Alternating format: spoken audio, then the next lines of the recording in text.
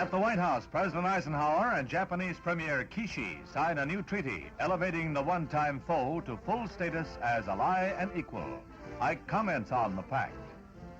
The signing today of the Treaty of Mutual Cooperation and Security between Japan and the United States is truly a historic occasion at which I am honored to be present.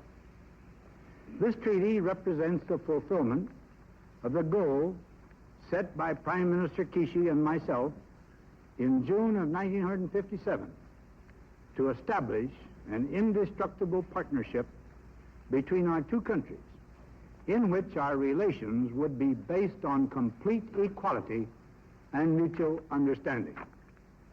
The treaty likewise reflects the closeness and breadth of our relations in the political and economic as well as security fields. 18 years after Pearl Harbor, Premier Kishi, a one-time war criminal, links his country's future more closely with the United States.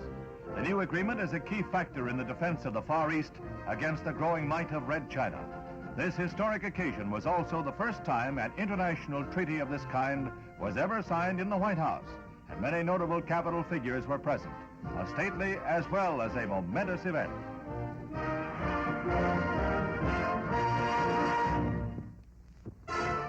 You say you were bringing a bouquet to your girl, and it started to rain, and you ran across the street and fell down and got mud all over your new suit? Is that your trouble, Bubby? Well, in this Hungarian film fantasy, it's no trouble at all. Just walk right into the dry cleaners, take your turn in line, and then step into the tank.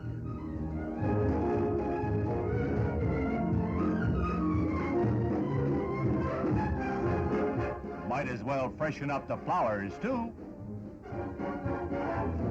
This isn't for real, of course, just a vodka-inspired wash-while-you-wear wish-fulfillment fantasy. Step out dry and warm, and you're on your way. That'll be the day, comrade.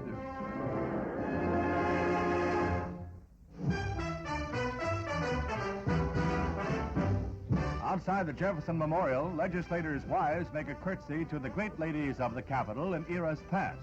In an authentic reproduction of an historic costume, Mrs. William Fulbright portrays Sarah Jackson, daughter of Old Hickory.